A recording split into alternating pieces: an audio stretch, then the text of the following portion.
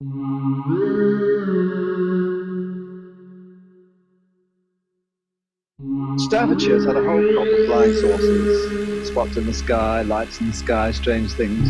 But the strangest of all was seen one day over this cottage. Mr. and Mrs. Rustenberg were living there quietly out in the country, and, well, just tell me what you saw. Well, it was one ordinary day. I was waiting for my husband to come home from work, and my two sons went to Cypher to school, and I was getting changed, and I heard this terrific noise. It was just like a giant cauldron of water being poured onto a fire, a sort of noise, you know. And the first reaction was, oh, the children. I thought maybe a plane was crashing or something like that.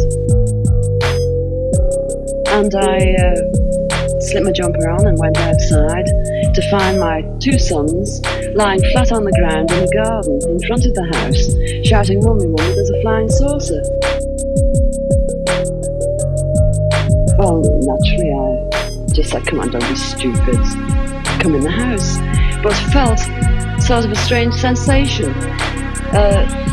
Wended my way up the side of the house to where we had a pump where we used to get all our water from, and automatically looked up to see this, all I can describe, this huge Mexican hat. It was stationary, this thing, and it was bright silver in colour, and it had a dome. It was tilted to sort of, I could see the occupants in it. There were two people in there.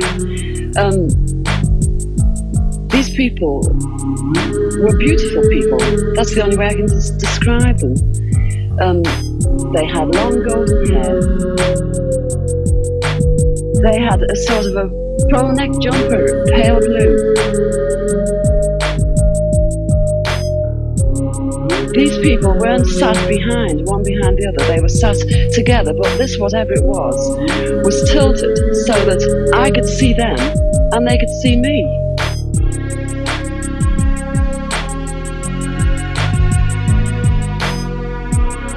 Were you looking at them through windows, through portholes? No, not portholes. It was just sort of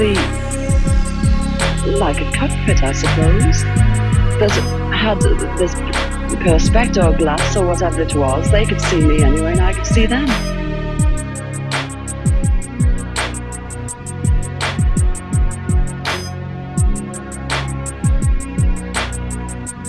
They had beautiful faces. I shall never forget their faces as long as I live. Their foreheads seemed to be a bit larger than, you know, the bottom of their faces as normal people you would expect to see. But maybe this was just whatever they had round their heads, which was like a transparent fishbowl. And they just looked, and I was absolutely paralytic with fear. I couldn't move, although my mind was ticking over. And they looked so sympathetic. I was just mesmerised for what seemed to be, ages, but it could have only been seconds. And I turned to sort of look down at the boys, was unaware that they were with me because I was so absorbed. And the next thing, I looked up and it was gone. How low had it been? It had been the height, I couldn't tell you. But the house that you've seen, it was just on top of the roof. It was hovering on top of the roof. How big was it compared with the size of the house? It swallowed the whole circumference of the roof. I couldn't see, the roof was completely blotted out. The chimneys I couldn't see. All I could see was this massive object. And then it flew away sideways or upwards? No, I didn't see. I just looked up and it had gone.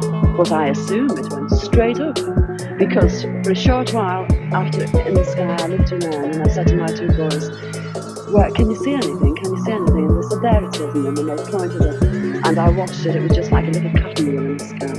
And it circled us 3 times. It went round 3 times, and then it just shot off.